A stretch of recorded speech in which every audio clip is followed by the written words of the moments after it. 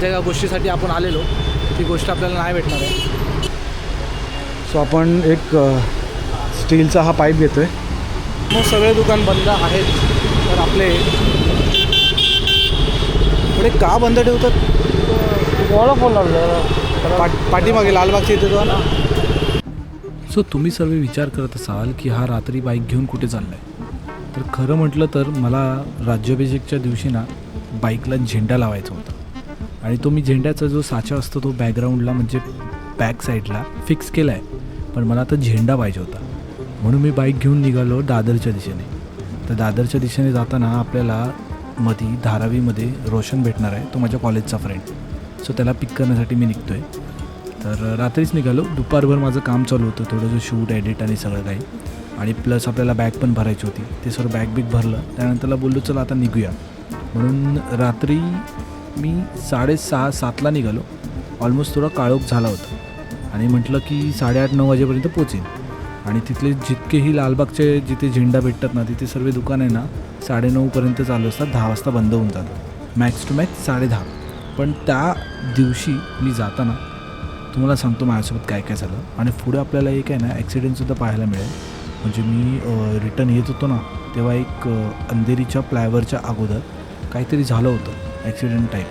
So तेही तुम्हाला सांगतो काय स्टोरी त्याची. तर मला धारावीपासून 10 किलोमीटर असेल काहीतरी, 10 नाही त्याच्याहून जरा जास्त असेल. मग फायनली धारावीत पोचलो ना तर इतका क्राऊड दिसला पूर्ण रस्त्यावरती. आणि कधीही मी इथे गेलो ना सेम क्राऊड असतो, कारण की आपला जो अगोदरचा जो ब्रिज होता धारावीचा तो बंद करण्यात आला आहे आणि तिथे काम चालू आहे 2 वर्ष झाली, म्हणून इथे जास्त गर्दी असते. तरी पण इतका क्राऊड होता ना तर कायच बोलू. आणि इथे लोक कशी राहत असतील तेच माझ्या डोक्यात येतं. म्हणजे इतके छोटे छोटे घर असतात आणि इतका मोठे मोठे मतलब इतक्या छोट्या घरामध्ये पण सुद्धा हर एक बिझनेस असतो एक एक घरामध्ये. म्हणजे तुम्ही बघायला गेलात ना तुम्हाला हर एक घरामध्ये काही ना काहीतरी दिसणार. म्हणजे कपड्याचं दुकान किंवा हे म्हणजे तो बाहेरच्या गल्लीत सुद्धा. तर मी हे सर्व अनुभवलं इथे. त्यानंतर लगेच गेलो त्याच्या घरी. नमस्कार काका, कसे आहात तुम्ही? बोला कसं झालं सर्व?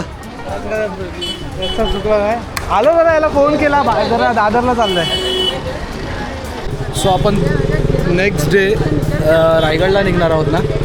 तर ऑलमोस्ट आपल्याला लेट झाला आहे. मी आमच्या इथे बघितलं की आपल्याला झेंडे भेटतील की नाही, बट ह्याला फोन लावला गुड्डूला. आपटली काय गाडी? हा स्पीड ब्रेकर आहे काय? नाही लागत नाही.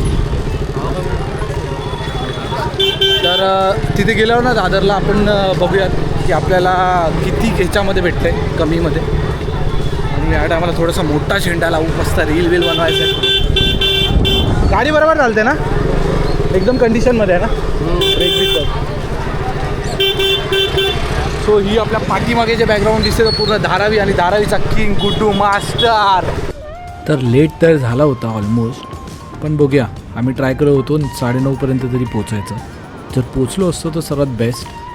आणि त्या स्पीडने सुद्धा गाडी चालत होती. बट फायनली काय झालं आमच्यासोबत तुम्हाला सांगतो.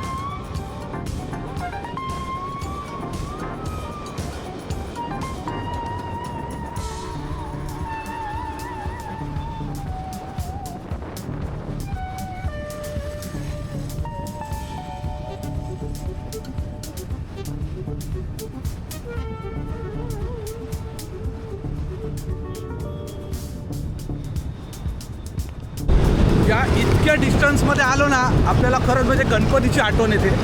आणि आपला जो कारखाना आहे गणपतीचा तिथे जेवढे पण गणपती असतात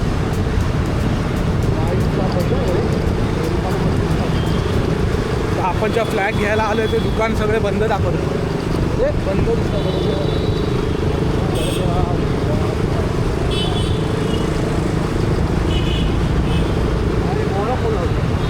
सगळे बंद आहेत रे.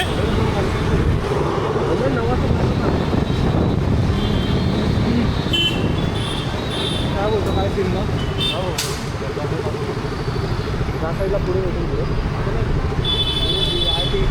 सीन असा झाला ते ज्या गोष्टीसाठी आपण आलेलो ती गोष्ट आपल्याला नाही भेटणार आहे.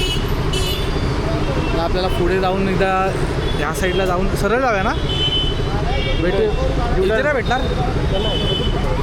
या इथे या पुढच्या इथे हां ऑलमोस्ट सगळे दुकान मध्ये आहेत.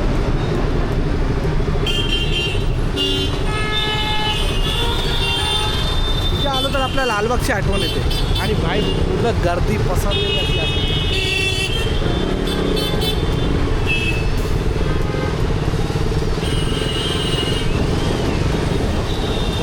ऑलमोस्ट सगळे दुकान बंद आहेत. तर आपले पुढे का बंद ठेवतात? तुम्हाला फोन लावला पाठीमागे लालबागच्या इथे तो ना. सो आपण एक स्टीलचा हा पाईप घेतोय 6 फीटचा आणि त्यानंतरला तो झेंडा आपण आता उद्या बघूया. आपल्याकडे जो घरी आहे तो लागलेला छोटा आहे तरी पण ठीक आहे.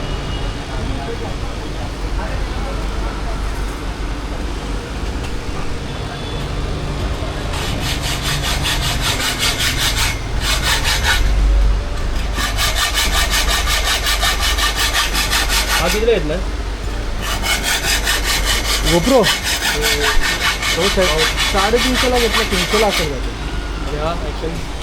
हा आहे आपला ॲक्शन कॅमेरा.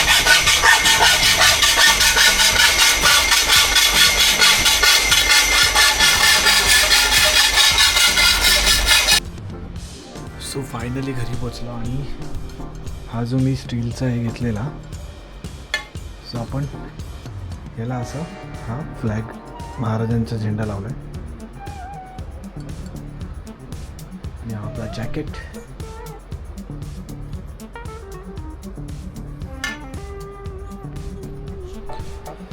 सो भेटूया उद्याच्या ब्लॉगमध्ये. हा ब्लॉग आवडला असेल तर लवकरात लवकर लाईक आणि शेअर करत राहा. Thank you so much.